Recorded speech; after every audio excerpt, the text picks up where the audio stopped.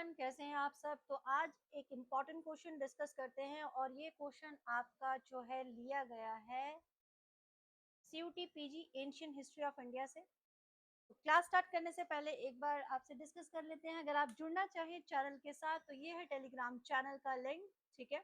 Doctor Saurabh sir classes और contact number है 9836793076।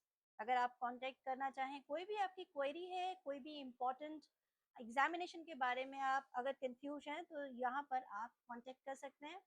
And this is our email ID if you want to send any email or any query you have related with any examination, so just free feel to contact with, okay। तो आज का examination बहुत important है और detail में हम discuss करने वाले हैं।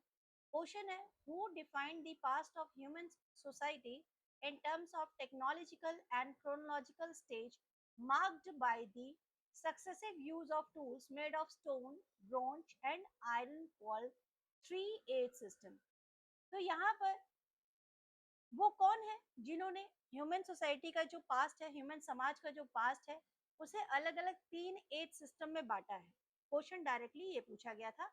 ऑप्शन आपको दिया गया था Daniel Wilson, DK Bhattacharya, REH wheeler और क्रिश्चियन जे थॉमसन।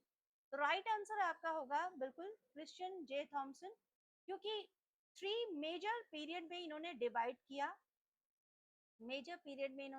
किया, और वो कौन सा था, एक तो था स्टोन एज, एक है ब्रॉन्ज एज और है आयरन एज, ठीक है, आयरन एज। आगे हम जानते हैं कि स्टोन एज को भी 3 अलग अलग टाइम पीरियड में बांटा गया है, बट यहाँ हमसे पूछा गया था कि 3-8 सिस्टम में किसने कौन है जिन्होंने डिफाइन किया था, तो वो है क्रिश्चियन जी थॉमसन, ठीक है। तो आपको बिल्कुल ये याद रहना चाहिए, बहुत ही इंपॉर्टेंट क्वेश्चन है, ठीक है। और ये क्लासिफिकेशन उन्होंने कब दिया है, 19th सेंचुरी में दिया है, जब वो डेनमार्क के एक म्यूजियम में काम कर रहे थे, ठीक है। ये डेनमार्क के एक म्यूजियम में काम कर रहे थे, तो उन्होंने आर्टिफैक्ट्स जो वहाँ पे मटेरियल वगैरह उन्होंने देखा, और वो सारा मटेरियल का कंपोजिशन जब देखा कि स्टोन, ब्रॉन्ज और आयरन 3 अलग अलग जो है मेटल्स स्टोन यहाँ पर है, तो उसी के बेसिस में उन्होंने आगे चलकर इसे 3-8 सिस्टम के नाम से फेमस किया, ओके। तो इसी तरह का और भी क्वेश्चन हम सॉल्व करेंगे, तो चैनल को सब्सक्राइब जरूर कर लीजिएगा।